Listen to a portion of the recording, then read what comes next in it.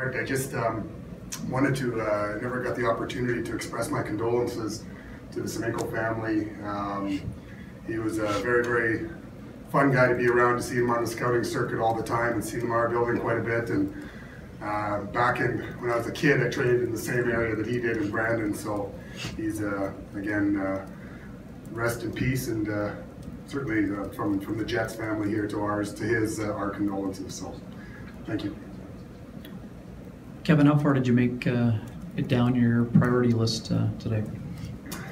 Well, obviously, for us, today is an important day, addressing a couple of organizational needs that we had looked at and talked about. And when you're getting into free agency, you have the best of intentions to try and knock off a couple of those boxes, or check off a couple of those boxes. And certainly today we feel like we did. How important was the term for both Mason and Kulikov? Well, in free agency, it's always an interesting time. It's the trade-off between term and money and term, and the combination of the two within our group.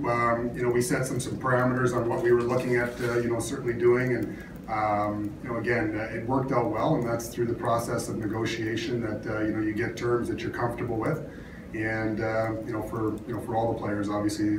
That we got, especially obviously the goalie and the defenseman, the term fits what we are looking to do. So it was an important factor in our negotiations.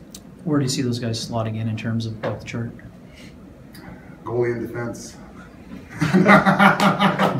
Well, obviously Steve's he's an experienced goaltender. Like, he's someone that has been a #1 goaltender in this league, knows the pressures of it.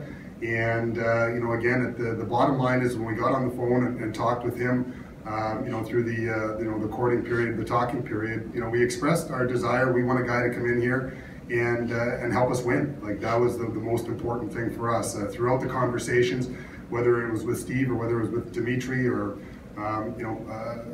the prevailing theme was that we're ready. We feel we're ready to try and take a next step here, and we want you guys to be a part of it. And again, there's different thought processes, I'm sure, that go through for them. They all have decisions. When you get to free agency, you're not the only team that's talking to them, and they get an opportunity to take a look, I guess, under the hood of every team that does give them a call, and we're thankful we're able to come to conclusions on deals on both of them.